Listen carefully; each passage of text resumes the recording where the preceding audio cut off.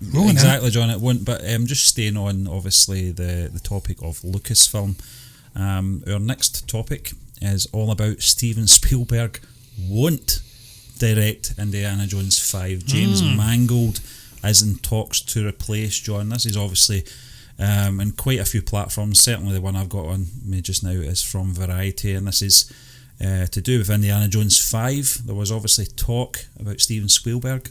I know you spoke about it. Yes, I did. Yeah, I'll flash it up, what I said yesterday, and then we'll come back and discuss it. So, yeah, I agree. I would like to see a successful final conclusion to the Indiana Jones character and franchise. And the fact you have Steven Spielberg coming on board to direct it kind of makes that more likely anyway. They just seem to make it work. There's a confidence in the brand, just like there's a confidence in Steven Spielberg as a director, and I think that will play a big part. It's an absolute joke. Well, here we are. I said just last night, Stephen, that I was excited for this movie because Steven Spielberg was directing it, and so his air of confidence and authority, that would lend itself to this movie, this story, and that we were almost guaranteed a good finale, a conclusion to the Indiana Jones Harrison Ford era of the story. I know there's talk of passing over the baton, and I know later than a day later he's left the production, John, and he's doing a sort of executive producing role, which basically means he's buggering off. He doesn't care. This actually broke when you were recording, so it's sod's law, isn't it? But listen, what's your thoughts on obviously James Mangold coming in? We know him from obviously the Wolverine Logan franchise, but more obviously from the Ford v Ferrari film as well.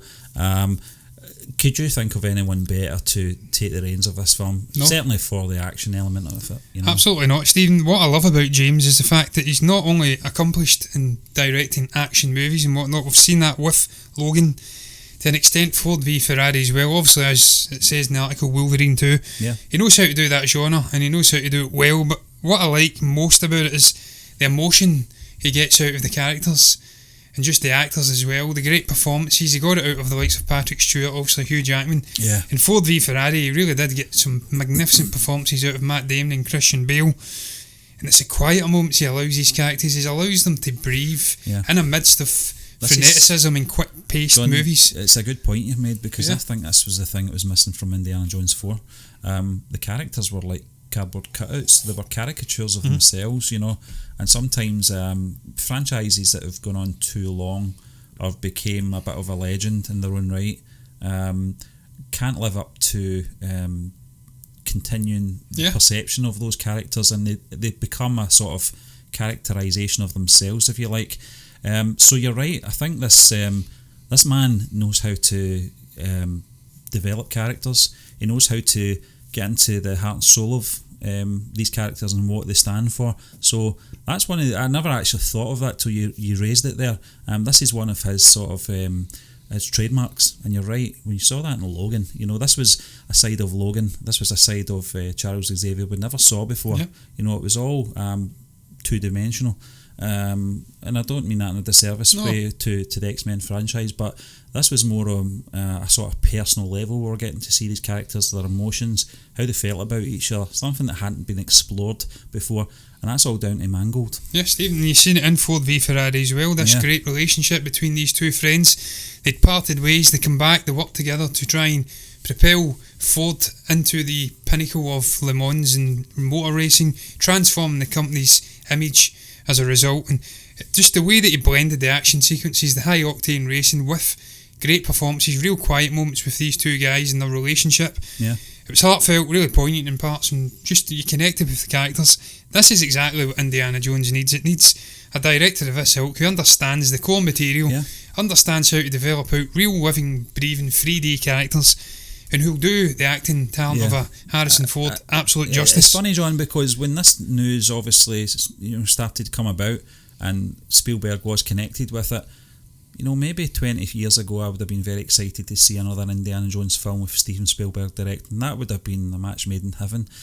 I just didn't feel that excited. It's got nothing to do with Steven Spielberg. I know he's busy obviously with his West Side Story stuff. I think he's going to be like a producer on this project anyway, so he's going to have his hand in it in some way, very much like James Cameron did with Terminator Dark Fate. But we'll see how much of his hand is in there. But I'm more excited about the film now because of Mangold's potential involvement. It's obviously not been confirmed, but it looks like there are deep in talks to get his man on board. Stephen, I hope it happens. I really do. I'm not that in favour of seeing another Indiana Jones movie. I feel like the franchise is dead. But as I did say last night, you need to try and offer. You could say that about the X-Men franchise, you could, John. You absolutely could, yeah. But you know what I mean? You have to give a fitting conclusion to the character. That was a disaster of a movie. Yeah. That's not doing justice to Harrison Ford and his legacy with Indiana Jones. Yeah. You have to go out in a better way than that. The fans deserve better. The character deserves better. Harrison, so passionate about going back and doing what he did with Han Solo. He deserves better as well. It's funny how his outlook on those two characters are so different though, isn't it? Yeah. I don't think it's to do with the characters. I think it's more to do with the franchise and the limitations that character had in Star Wars. You're absolutely right. Yeah, because Han Solo was useless at the end. He could have been killed off in Empire Strikes Back. Yeah. He was superfluous in Return of the Jedi. He didn't further the story at all. He was really just a nuisance. He got in the way. I mean, he had his moment with the shield bunker on Endor. You've got to credit, Harrison Ford for that as well. That could have been a right cash cow for him. He could have done voice work and animated stuff for the rest of his days, and Star Wars related stuff, and turned up at every convention.